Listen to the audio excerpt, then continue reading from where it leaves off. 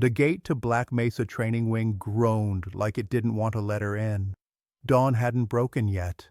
The desert was the color of gunmetal and old bruises. Sodium lights buzzed over the checkpoint, bleaching the world into chalk and shadow.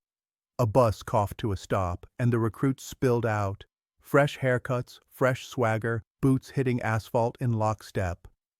Then came her, last down the steps, small frame, dark hair pulled into a regulation knot, a puckered scar spiraling from her left ear down the line of her jaw and disappearing in the collar of a gray, outdated field jacket.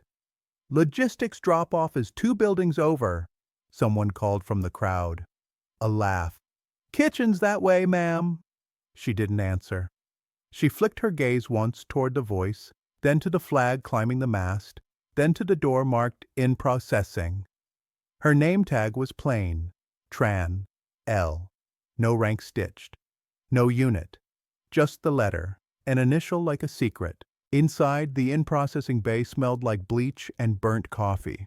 Fluorescent tubes hummed overhead. A long table, 4 clipboards, a scale, a camera that clicked and whined like a small animal. At the far end, an instructor with knuckles the size of walnuts grinned without warmth. "Welcome to selection," he barked, voice filling the cinderblock room. "You think you're tough. You think you're fast. You think watching 3 documentaries and a motivational TikTok means you understand what elite feels like." He paced the line, boots scuffing. He let the silence grow teeth. "Most of you will be gone by sundown." He stopped when he reached her. His eyes flicked to the scar, then to the jacket. "And some of you," he said, voice going light, "are in the wrong hallway." He leaned in, as if confiding. "Laundry's across the quad." A ripple of laughter. Not loud, but sharp. She stared past him at the camera lens. The shutter blinked. Tran, Lin on, height, weight, blood type. The computer chirped, asking for a unit identifier. The admin specialist frowned when the field autofilled with a code she didn't recognize, OPS Raven K. She hit backspace, retyped unassigned. The system fought her, then accepted the lie. "Boots off, socks too," the walnut knuckles instructor snapped. "Weigh in, photos, arms out, scars noted." The admin circled the scar on a diagram, pencil hissing on paper. "Surgery?" she asked. "No," Lynn said. "Domestic incident?" "No." "Training accident?"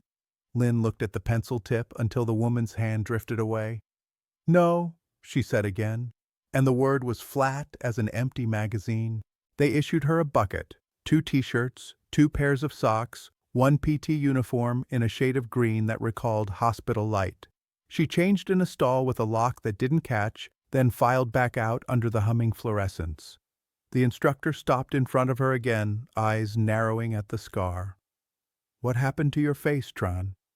"Wrong room," she said. The line tittered. The instructor smiled, cat slow. "Wrong room?" "Yes, Sergeant. The one where what happened matters." He let the grin rest on his teeth a moment longer, then moved on. Black Mesa pretended to be a training base. The map called it a joint readiness complex. The sand and wind called it what it was. A place where people were stripped down to what remained when bravado burned off. The morning beat them like a blacksmith with no time to lose. Sandbag carries, sled drags, low-crawl lanes with wire that snatched hats and pride. The instructors were the same in every century. Leonine patience, insult as scalpel, a talent for finding whichever string would make you play the wrong song. A tall recruit with cheekbones like he'd been carved for a recruiting poster kept finding excuses to orbit near Lynn. He wore confidence badly, like a suit borrowed from an uncle. His name tape read Caldwell. He had the kind of smile that asked a room to watch him being cruel. "You sure you got the right orders, Tran?" he asked, loading plates on his sled. "We're selecting operators, not sorting care packages." Someone else chimed in. "She's quiet, that's something. Maybe she's the new chaplain, new coffee tech, new ghost." She took her sled and moved. The rubber skids sang against the cracked concrete. After 30 minutes, the desert allowed dawn. Another hour? The sun began its old interrogation. By mid-morning, a sheen of heat lay on every surface like an extra layer of skin. They ran a relay with ammunition cans and water jugs, and halfway through, Caldwell accidentally clipped her shoulder in a turn. The can slammed into her shin bone. The pain bit high and sang long. "Apologies," he said, not looking back. She changed nothing about her pace. A medic on the sideline tracked the blood trickling into her sock and raised an eyebrow. She didn't return it. The cadence of her breathing never spiked, a metronome in a storm. At chow, the mess tent was a fog of steam trays and salt, plastic cutlery flexing under stress, coffee strong enough to melt coins. She took a seat at the end of a table that looked like it wanted to eject her. The conversation there was loud and easy. Laughter hooked the tent poles. "Where's home, Tran?" asked a woman with a pilot's posture, her hair braided tight. Her name tape read, Rivera. Her tone carried curiosity, not knives. Lynn considered the correct answer. The one on her paperwork was a city she hadn't seen in years. The true answer was coordinates written on the underside of maps that had never been published, places where glass melted and men went missing. "South," she said, and spooned eggs into her mouth. Caldwell grinned over his tray. "She's a poet." One of his satellites, a man with wrestler shoulders and a buzz cut nicked by an impatient barber, leaned on his elbows. "We saw your jacket," he said. "Surplus, old issue. You dig it out of an antique store?" "It was my mother's," Lynn said. He opened his mouth for the next joke. The pilot, Rivera, tilted her head. The wrestler's jaw closed again. Something in Lynn's voice had been a quiet siren. Caldwell filled the gap. "That why you're here? Legacy run?" He clicked his tongue. "Selection's a meat grinder, Tran. It doesn't respect scrapbooks." Rivera's eyes cut to Caldwell. "Enough," she said softly. He raised his hands. "Just orienting the new logistics specialist." The table laughed. The plastic fork in Lynn's hand whitened at the tines. She set it down carefully. In a corner of the tent, an instructor watched her. Not walnut knuckles, someone older, hair the color of frost melted into dark, eyes hard with the kind of quiet you picked up in rooms without windows. He didn't look away when she noticed him. She stood to leave. Caldwell's voice followed as lightly as a trap. "Hey, Tran," he called, too loud to be private. "Tell you what, range block at 1300, come audit. Maybe you'll learn which end of the rifle points at the bad guys." Someone snorted coffee. Rivera's mouth flattened.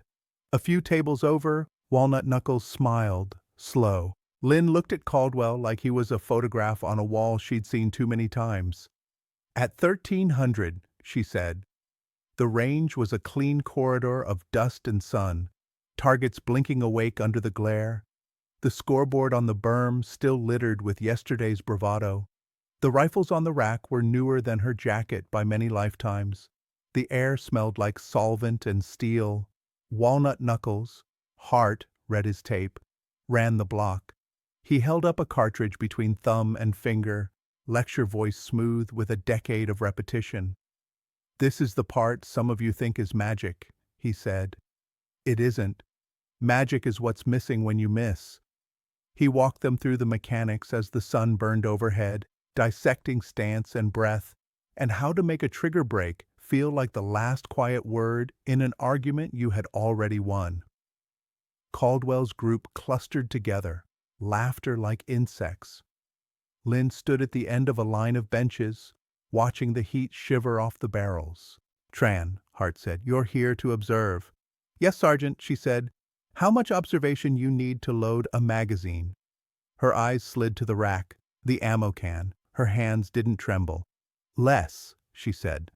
A few recruits snickered. Hart's mouth moved as if he were holding back a smile and not doing a perfect job of it. "Fine. Bench 8 is open." Caldwell's brows hopped as if pulled by hidden strings. "This I gotta see." She walked to bench 8.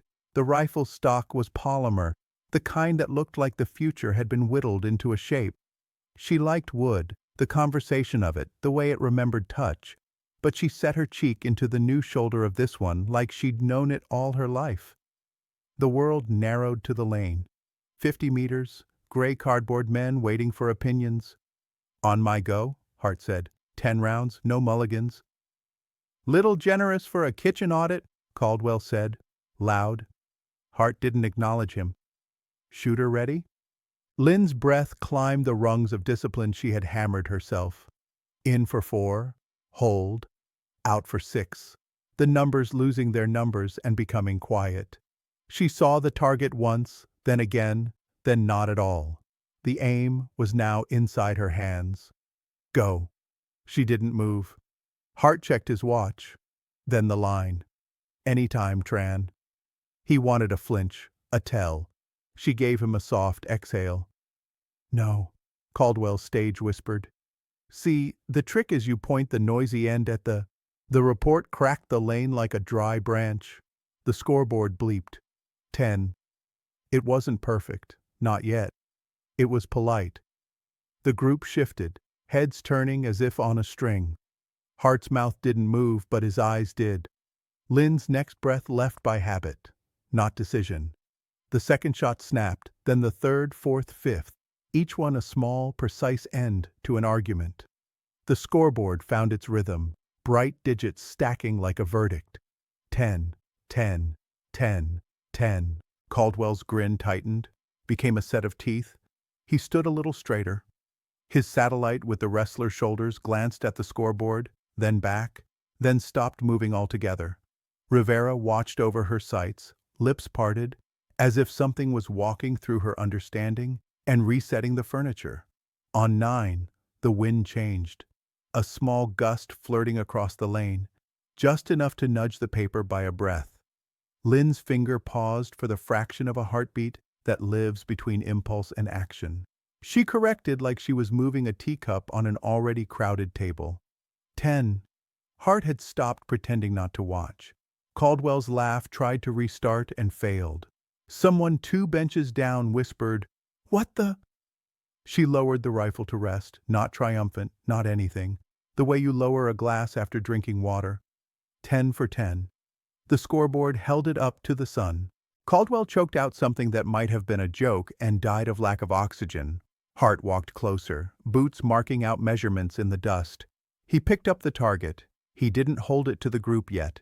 He studied the tightness of the cluster, the overlap where holes had become one hole, the near myth of it. Beginner's luck, Caldwell said, finally locating his voice. He forced a chuckle to climb it. She probably rode the trigger like a seesaw. Hart didn't look at him. Do it again, he said to Lynn. No sarcasm, no bait. Just the request of a man who has been surprised and wants to know if it will happen twice. She did not do it again. She did it slower, breath by breath. She let the siren of the sun recede. The world compressed into a small newspapery quiet, where story is a circle and returns to itself. She fired once, then again. Each shot not an event, but a correction toward an idea of lines exactly meeting. The scoreboard sang the same single number, like a bell in a clean morning. By the 6th, Caldwell's crew had stopped fidgeting. By the 8th, the heat felt different. By the 10th, the range was a church. Hart didn't touch the new target. He glanced at the first, then the second. His eyes found her scar, then the jacket, then the line of her shoulders under it. A geometry that made sense now.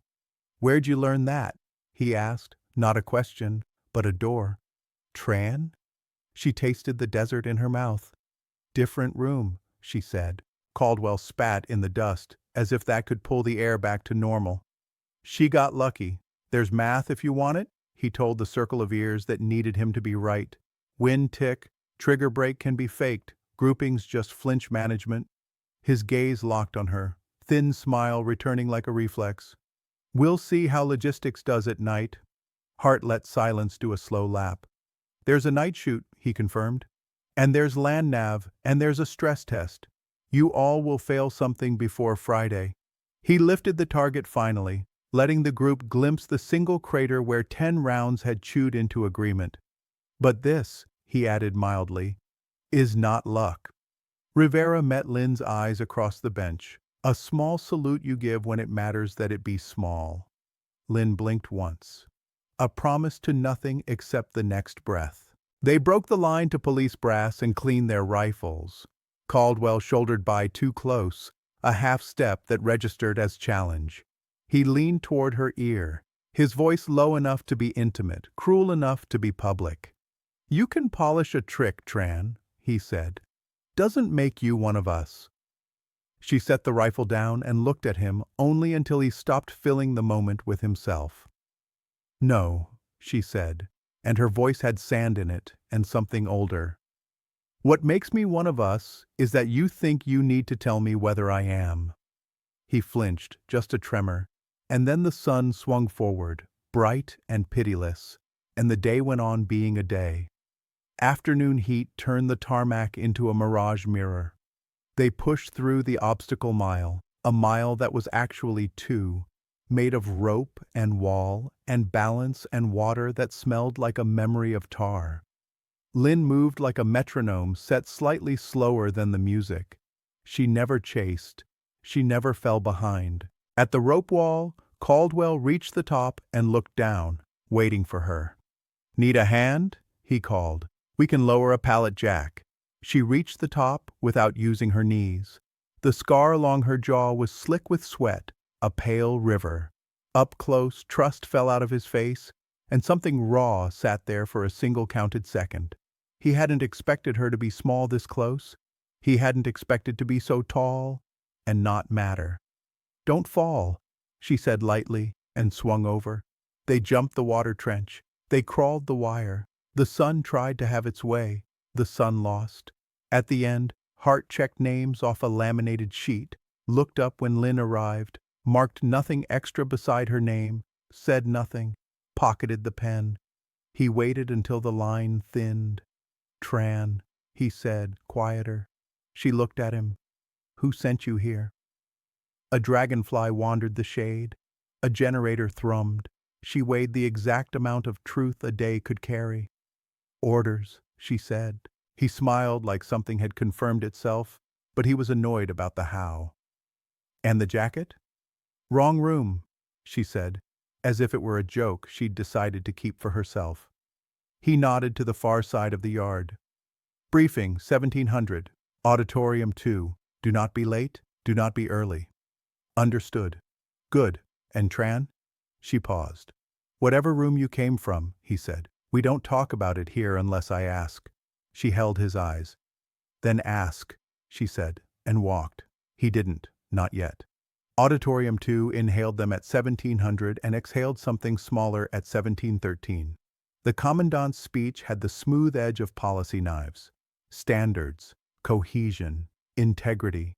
A list of words the armed services could recite in sleep and sometimes did. A slide deck slid by, a blur of acronyms and threats. And then a wall-sized map, satellite colors, and burned terrain. A village that was just a geometry of roofs, a target package hung in the air, like a promise of bad weather. The commandant tapped a laser point against a square. "This," he said, "is why we train you to silence." A partner force compromised, a route leaked. An asset disappeared in 15 minutes. Every person on this slide is dead or gone. Whoever did it knew our playbook. Whoever did it heard the move before we made it. The room cooled from the inside out. There is a temperature that comes when information turns from story to weight. It reached them now. The commandant let the laser dot rest over the village like a red, indifferent eye. "Find me the leak," he said softly. "In training, the enemy is time. In the field, the enemy is certainty." He clicked the remote. The slide changed to names: cadets, instructors, civilians, a spider web of comms. Somewhere in the lattice, a thin, unremarkable line pulsed once. Lynn felt it in her peripheral vision like a moth. The commandant put down the pointer. His eyes scanned faces. They snagged on Caldwell, on Rivera, on the wrestler. They passed over Lynn as if she were a chair. "Any questions?" he asked. No one had any questions. The auditorium released them into early evening light. The desert wind had turned friendly, a small grace. Caldwell and his orbit talked loudly about Chow. Rivera lingered a step behind Lynn, opened her mouth, closed it. Hart crossed the yard without looking at anyone and looked at everyone. The day had sanded the edge off ego. It had not yet found its sharpest shape. In her locker, Lynn folded the green shirt with the precision you save for secrets, slid the old jacket on. She tucked a small object into the inner pocket, where the lining had been repaired twice, a coin. No nation, no crest, just an engraving of a bird in flight, wings tucked, falling or rising, no scale to tell. Her fingers pressed the metal once, as if it might answer back. Behind her a pair of recruits loitered in the doorway. Their whisper was a hiss they believed private. "She's got an attitude. She's got a scar. She's got something, I don't like it. She doesn't care if you like it?" They laughed, uncertain. One of them coughed kestrel like it was a word he'd heard in a story and wanted to see if it fit his teeth. The other shushed him, genuinely afraid. Names are sometimes doors. Lynn closed the locker. The coin was warm now. Outside, the first star tested the sky. The desert reshaped itself after dusk.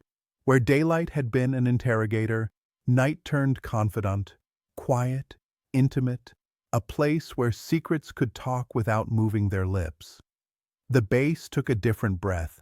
Floodlights built cones of fake day, and between them swam warm rivers of dark.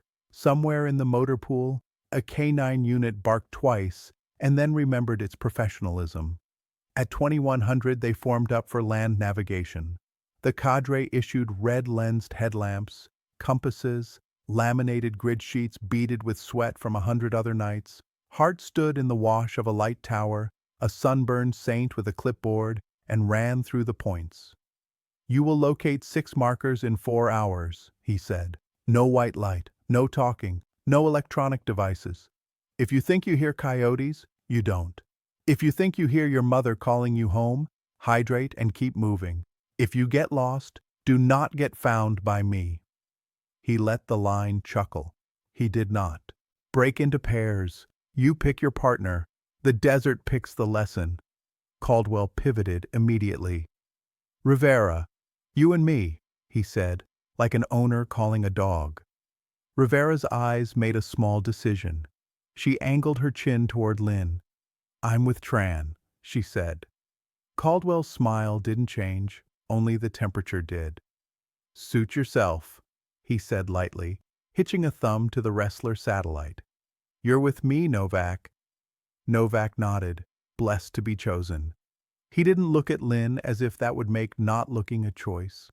Hart's pen grazed paper, making the pairs a fact. Rivera and Lynn crouched over a map spread on a cooler lid. The desert at night felt like a giant blackboard waiting for chalk. Rivera's fingers were calloused in pilot ways. She tapped the first grid square. 2 clicks to point 1, she whispered.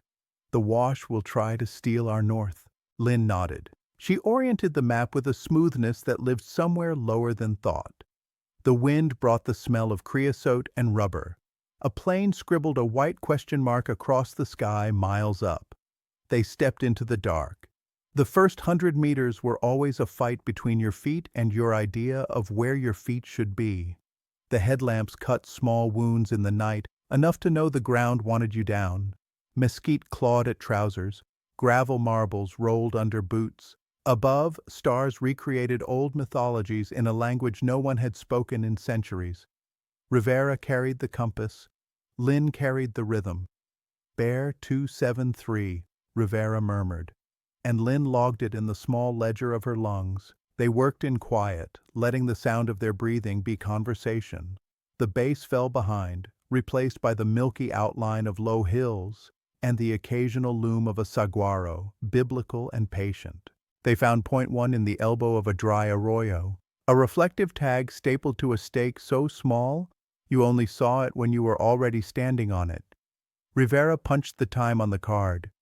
"Good pace," she said. "You sure you haven't done this before?" Lynn looked at the horizon. Only longer, she said. They angled toward point 2.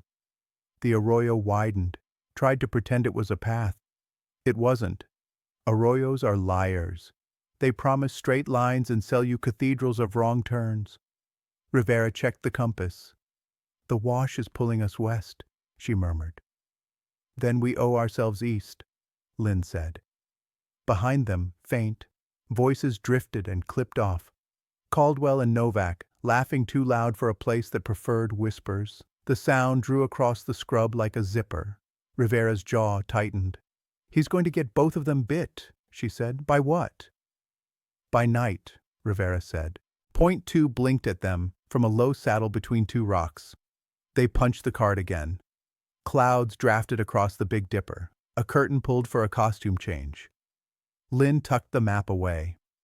The desert did the thing the desert does. It asked for respect and offered none in return.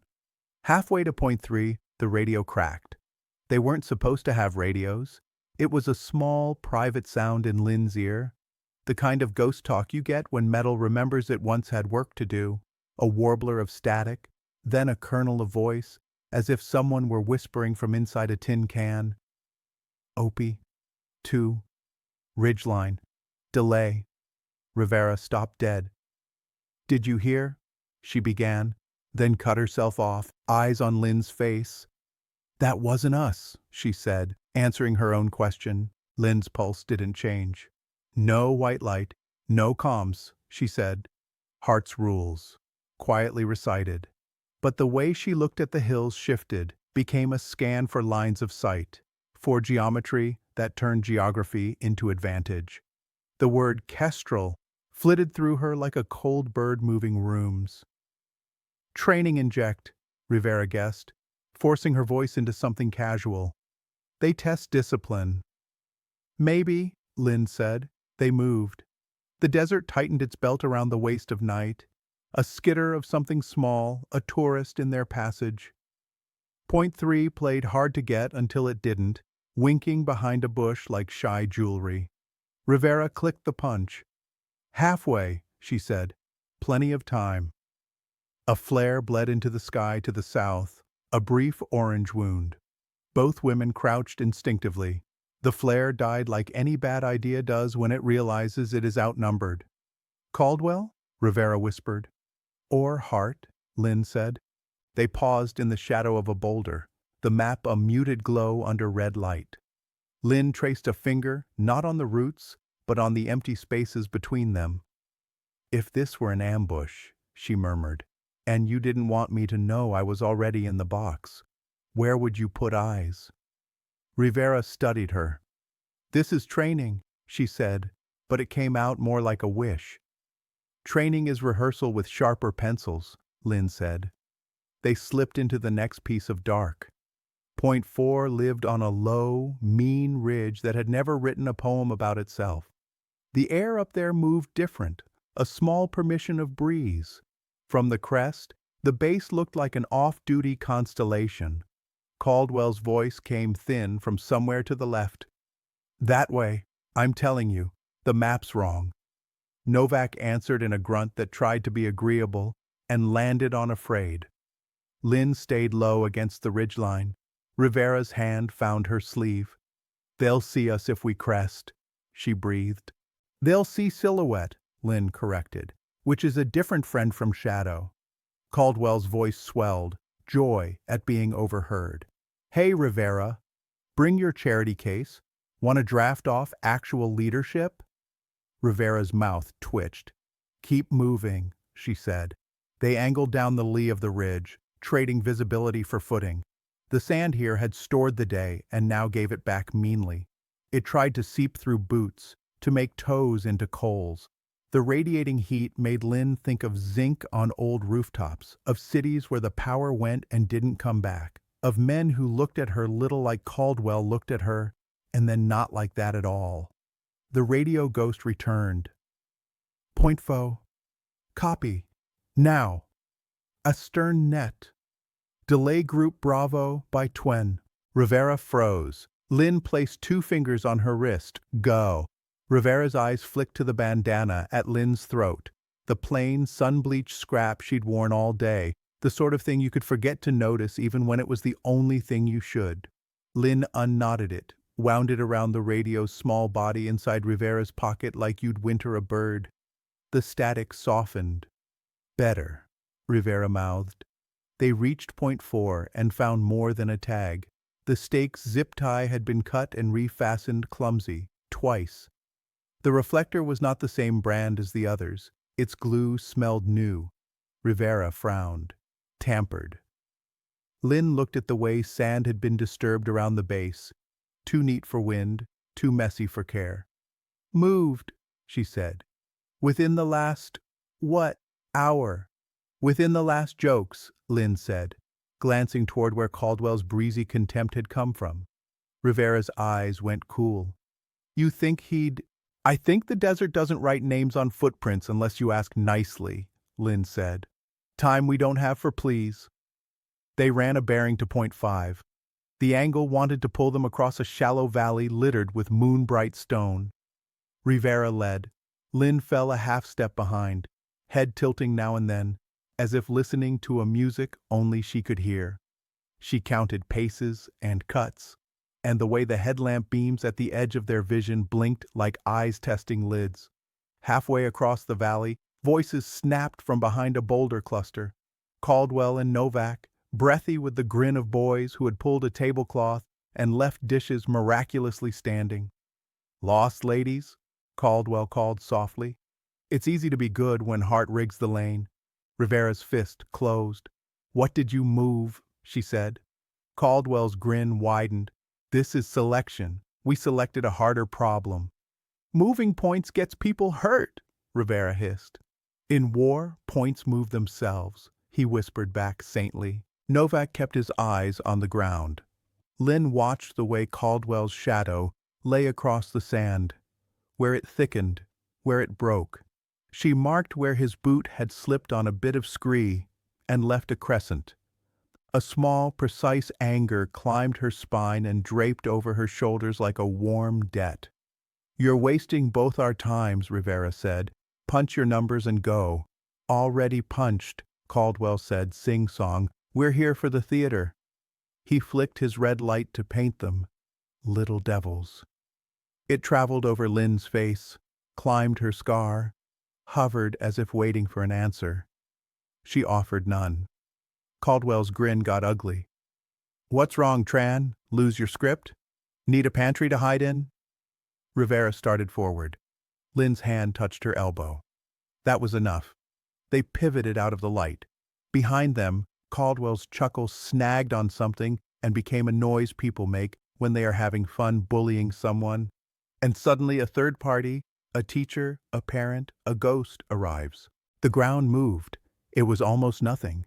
The faintest serpentine rustle, a Morse code of sand. The sound exists in an old room in the human brain where language is carved into warnings. Rivera froze. Novak jolted backward and smacked into Caldwell, who swore. The head of the Sidewinder announced itself with economy. Arrow of muscle, tongue-tasting questions in the air. It was coiled 2 feet from where Caldwell had planted bravado, a shape perfected by austerity. No movement, Rivera breathed. Caldwell's breath chopped, knife-quick. He went perfectly still, a sacrament he did not choose. The snake, undecided about the economy of violence, held its small counsel. Lynn moved like a sigh. No jerks, no bravado. She slid a palm-sized stone from her pocket, the kind the desert makes of glass and grind, and underhanded it into the darkness beyond the serpent. It landed with a whispering clatter 10 feet away. The desert listened. The snake reoriented toward that new uncertainty, uncoiled 1 degree, then another, as if following a question mark. It moved the way water decides to be a stream. Caldwell swallowed. Novak whispered something that might have been a prayer he had not used since the easy days of childhood. Lynn shifted again, a slow reposition, placing herself between the snake's new hypothesis and Caldwell's trapped boots. She lifted her boot from the sand just enough to make a new tremor, small, coaxing, to draw the serpent's attention further from the human geometry. It worked for any creature that had ever hunted and had learned that prey thinks it is wind. The snake slipped toward the fake wind, curious and cold. Caldwell did not breathe until it was 5 feet away. When he did, the breath broke and rebuilt itself as laughter shaped like gratitude and fear decanted into arrogance. "Cute," he said, voice scraped. "You can do party tricks." Rivera stared at him. "She just kept you from a medevac," she said. "We wouldn't have needed one if she'd stayed in the barracks," Caldwell said, recovering the thing that makes some men feel safe, the sound of their own cruelty. "Come on, Novak, let's teach the kitchen staff how to count paces." They slid into the dark, carrying with them their own weather. Rivera watched them go, muscles in her forearm jumping like trapped birds. "You good?" she asked softly. Lynn let the quiet sit in. "He'll get hurt," she said. "Good," Rivera snapped, then looked ashamed of the truth of it. "I mean, no, not good, but he needs a check." "He'll get one," Lynn said, and tilted her head toward the slope. "From the desert, or from time." They made .5 fast, as if speed would scald the memory clean. The tag blinked red in the bush. Rivera punched hard enough to almost break the plastic. On the way down the slope, the radio ghost became briefly more than ghost. Authenticators, change window, asset compromised at... The bandana muffled it into a heartbeat again. "Do you always hear things that aren't on the syllabus?" Rivera asked, eyes not on Lynn, but on the place where the darkness deepened. "I hear what's there," Lynn said, too soft to be a boast, too firm to be modesty. "Sometimes what's there doesn't know it is." They made .6 with 20 minutes to spare. The base reassembled itself from stars and fences. The floodlights were bolder now, sure of their jurisdiction. Lynn and Rivera jogged through the wire and into the arms of a clock that said, "Yes, fine, you have earned back a little of what you lost to the sand." Hart waited at the finish line, hooded eyes on a list that had become pilgrimage. He took their punch card and studied the times. "Clean," he said. He looked like a man in love with 2% milk, but when he dropped his voice, the desert leaned in to hear it. "Any anomalies?" Rivera glanced at Lynn. "2 reflectors mismatched," Lynn said. "1 stake cut and retied. Unapproved comms traffic on a non-student frequency." Hart did not write, nor did his eyes flicker, which is a form of flinching that doesn't embarrass the flincher. "Heard by whom?" he asked, as if listening to paperwork. "By anyone who pays attention," Lynn said. Hart let a ghost of amusement fog the window of his expression. "And do we pay attention, Tran?" "We do," she said. He handed the card back. "Ciao," he said. "Then rack out. Be at the pool at 500. "Pool?" Rivera asked, surprised. "Stress drown proofing," Hart said, as if telling them the weather. A cluster of silhouettes stumbled in behind Caldwell and Novak, a comet tail of disarray. Caldwell grinned, as if he had invented not getting lost. Novak's face lifted a degree when he saw there would be no paperwork tonight. Hart's eyes slid over them like water over tile. "Punch card," he said. The numbers didn't lie. They said barely without speaking. "Tricky points," Caldwell said, fake cheerful. He tilted the card like a toast. "It's good training when it bites back." Hart considered him. "Training bites back when you set your hand in the dog's mouth," he said mildly. "It also bites back if you try to teach it new tricks." Caldwell bowed his head in a fake guilty acknowledgement of an accusation that hadn't been voiced. He was a practiced student of plausible deniability. He wore it like cologne. They dispersed into the soft noise of a midnight bass. The mess hall dealt carb forgiveness to muscles that would curse them by morning. Rivera ate like a pilot, efficient, grateful, calculating what fuel tomorrow's gravity would demand. Lynn ate like a person remembering to be a person. At the tray return, Caldwell appeared as if conjured by dislike. He leaned, confidential. "Heard you saved my life," he murmured. "Don't do me any favors, Tran. I don't collect debts to ghosts. Then you'll die solvent, Lynn said. His grin cracked. Cute, he said again, because language fails some men when their reflection flinches. He lifted his tray and dumped it, leaving a spill of green beans on the metal. He didn't notice. He wanted not to. The barracks at 200 were a greenhouse for dreams. Night sweated through the cracked window by Lynn's rack. A dozen bodies turned small distances, as if trying to lose themselves in sleep. Rivera breathed steadily in the neighboring bed, the sound like rope swinging in a windless barn. Lynn lay still on her back, hands folded on her ribs, listening to that radio ghost that now lived in the room. The low electric hum of a building full of secrets. The coin in her jacket, the jacket hung on the bedpost like a sentry at parade rest, made a soft, patient weight in the pocket. The bird carved on its face didn't care what men called discipline. It cared about air, footsteps. Someone paused outside the barracks door, the kind of pause that counts to 5 to learn a lock's personality. Lynn's eyes opened on a darkness that had learned the map of her face. The handle turned, slow. The door widened a thumb's breadth. She could smell the corridor. Dust, bleach, a trace of Hart's tobacco from an old habit he had probably sworn off and only visited now, like a church you tell your mother you still go to. The door closed. The footsteps left, made a small arithmetic down the hall. Lynn closed her eyes again and imagined the base as a chessboard tilted so all the pieces would slide, and some would pretend that was how they had meant to move. 3 hours later, they stood on the tile deck of the pool, the water a plain of green coin.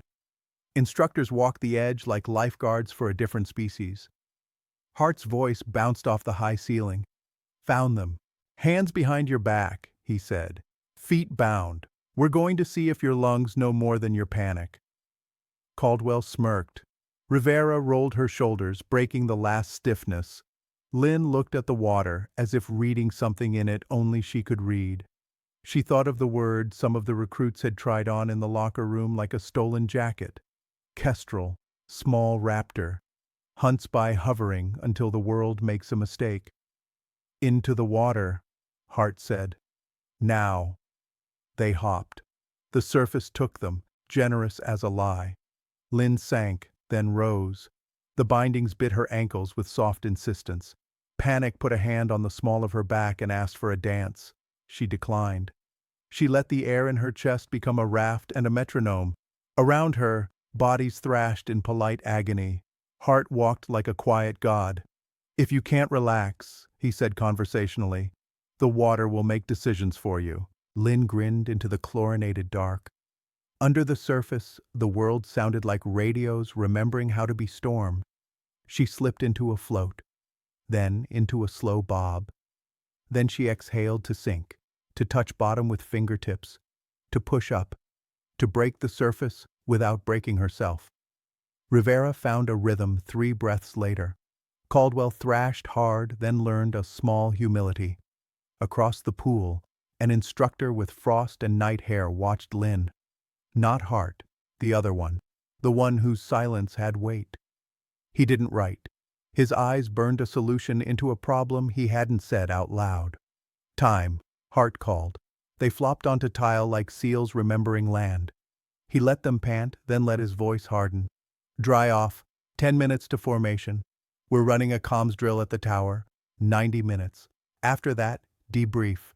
He looked across them, stopped where he always stopped, slightly to the left of Lynn. Some of you are here for the wrong reasons. Some of you are here for reasons you can't say. Both groups will find out why that matters. They formed, stomped, ran, swallowed the base like a pill. Halfway to the comms tower, a siren clawed the morning. Not Hart's, not a training klaxon. It was the wrong pitch. It went through their chests and made new rooms. In the same heartbeat, the radio net, which they weren't supposed to have, lit up inside Lynn's head like a city grid at night. Net compromised, auth change, all stations freeze traffic. The words came in like cold rain. Rivera stumbled a half step, shocked by the same invisible weather. Hart's cheeks went a shade that wasn't about fitness. He put a hand to his earpiece as if to keep the news from falling out of his head. "Hold," he barked. The formation wavered.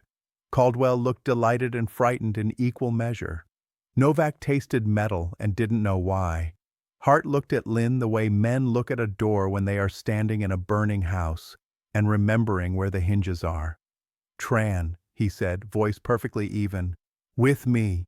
And just like that, every humiliation of the past day refiled itself under a different heading. The desert brightened. The tower grew a head taller. Rivera met Lynn's eyes and nodded once. "Go." Lynn's old jacket creaked at the shoulders as if some stored weather were shifting inside it. The coin in the pocket became suddenly not a keepsake, but a credential. The bird's wings were tucked because it was time to drop. She stepped out of formation and into the cow, and the comms tower loomed against the brightening desert like a skeleton of steel scribbled on the sky. Antennas jutted at odd angles, dishes turning their faces toward horizons only they could see. The sirens still wailed, though shorter bursts now, clipped, urgent. Soldiers in different uniforms sprinted across the yard below, their movement less like training and more like survival. Hart's pace was brutal but contained, each stride the length of a man who knows panic is contagious. Lynn followed without breaking rhythm. Behind them, the recruits hung back, muttering. Caldwell, ever eager to narrate, whispered too loudly, "What's Ghost Girl doing with him?"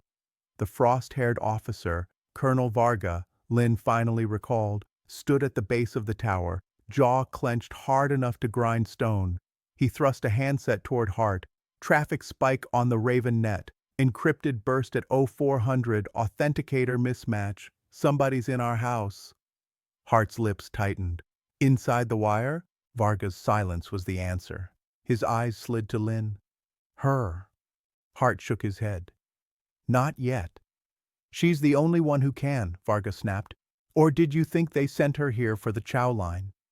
The recruits had caught up now, breathless, watching from the perimeter. Rivera's eyes darted from the tower to Lynn, putting puzzle pieces together. Caldwell leaned toward Novak and hissed, "Called it. She's spook detail. Figures." Varga shoved the handset at Lynn. "Raven net is bleeding. Plug it." For a moment, the world shrank to that black plastic in her hand. The same texture as field phones from a decade ago. The same weight as decisions that couldn't be unmade.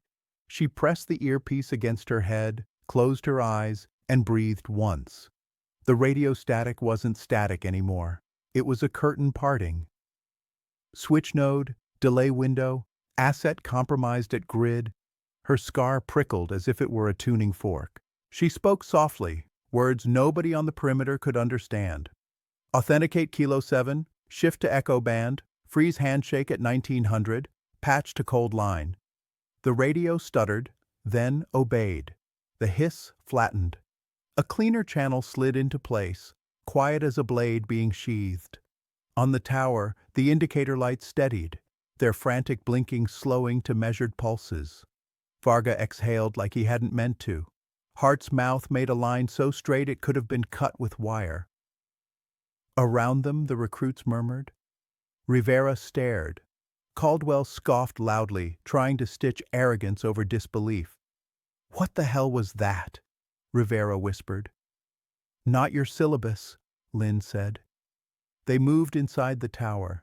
A dim room crowded with racks of servers hummed like a swarm of disciplined bees.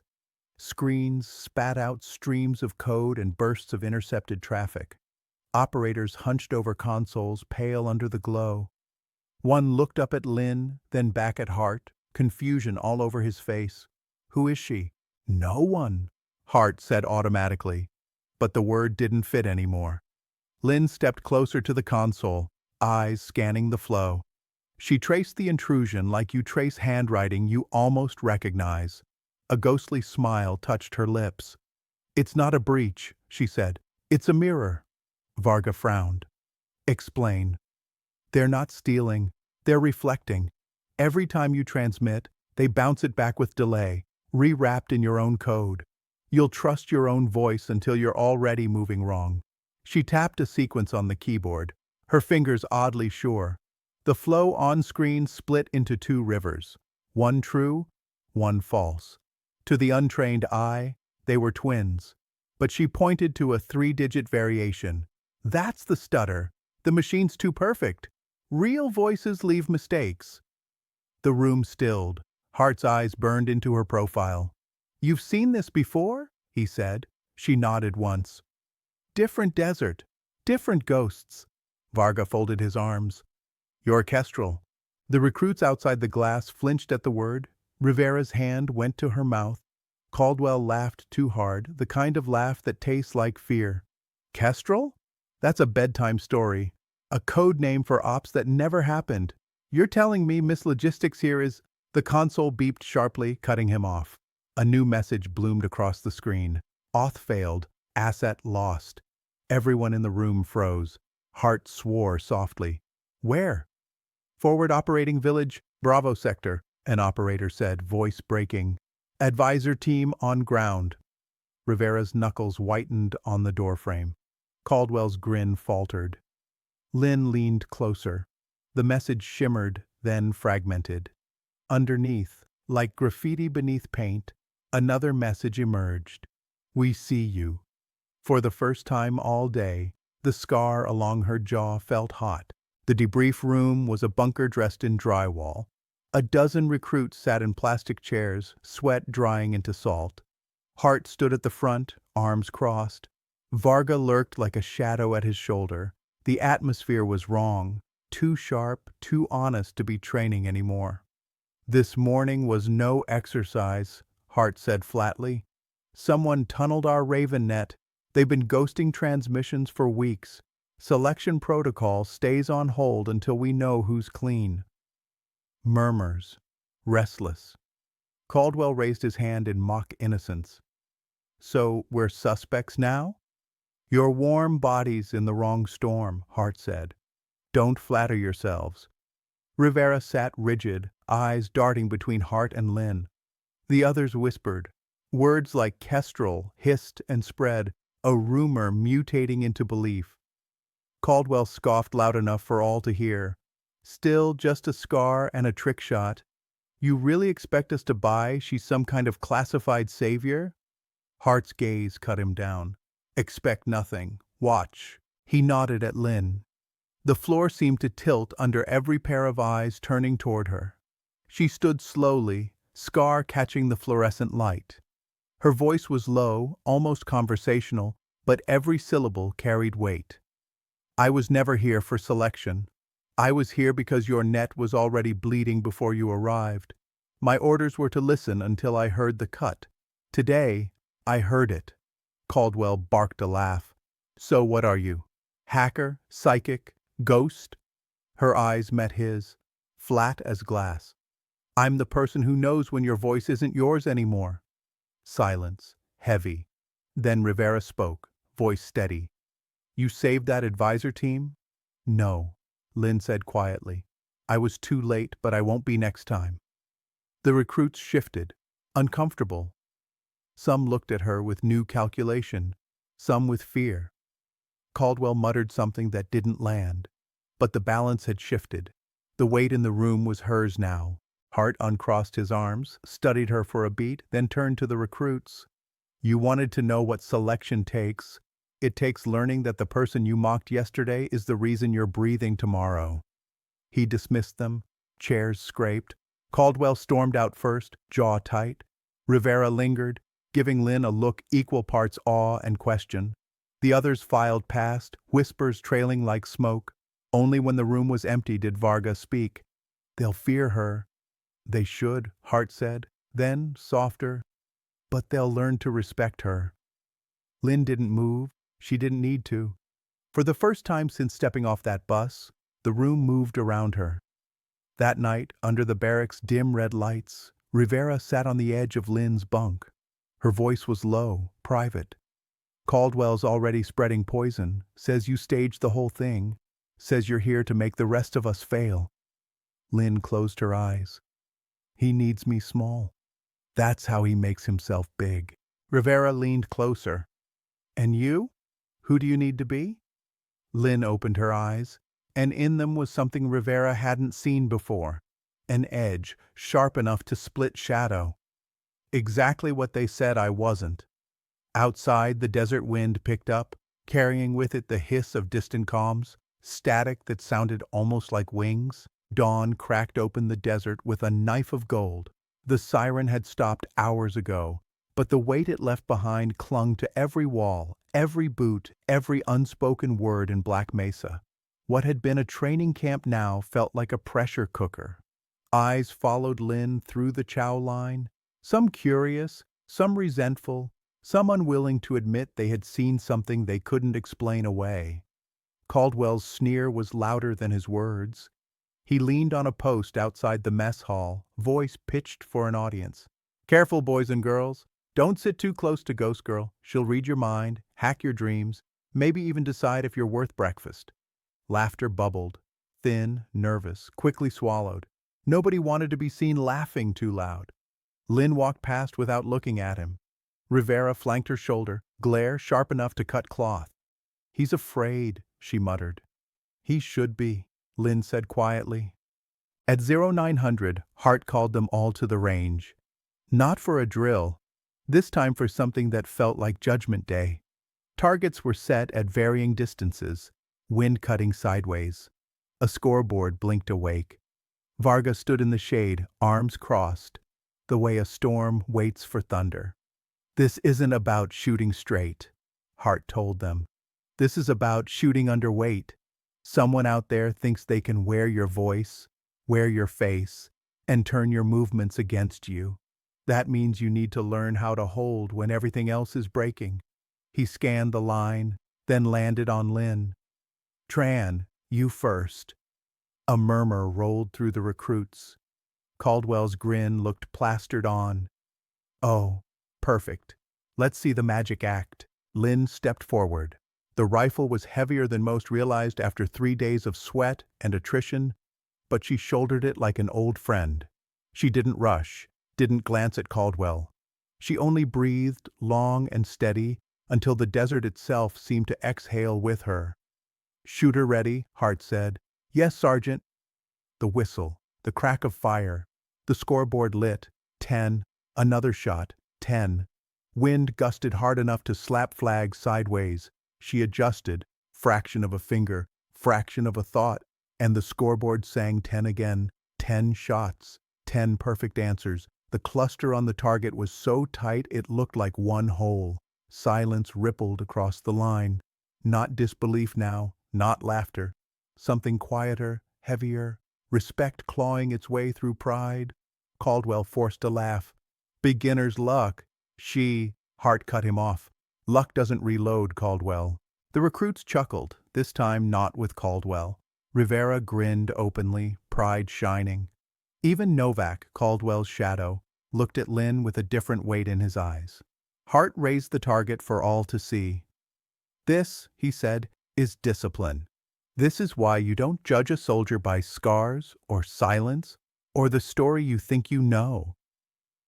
He pinned the target on the board like scripture. By afternoon, the unit assembled for the debrief in the main hangar. The projector hummed to life, flashing yesterday's intercepted message across the screen.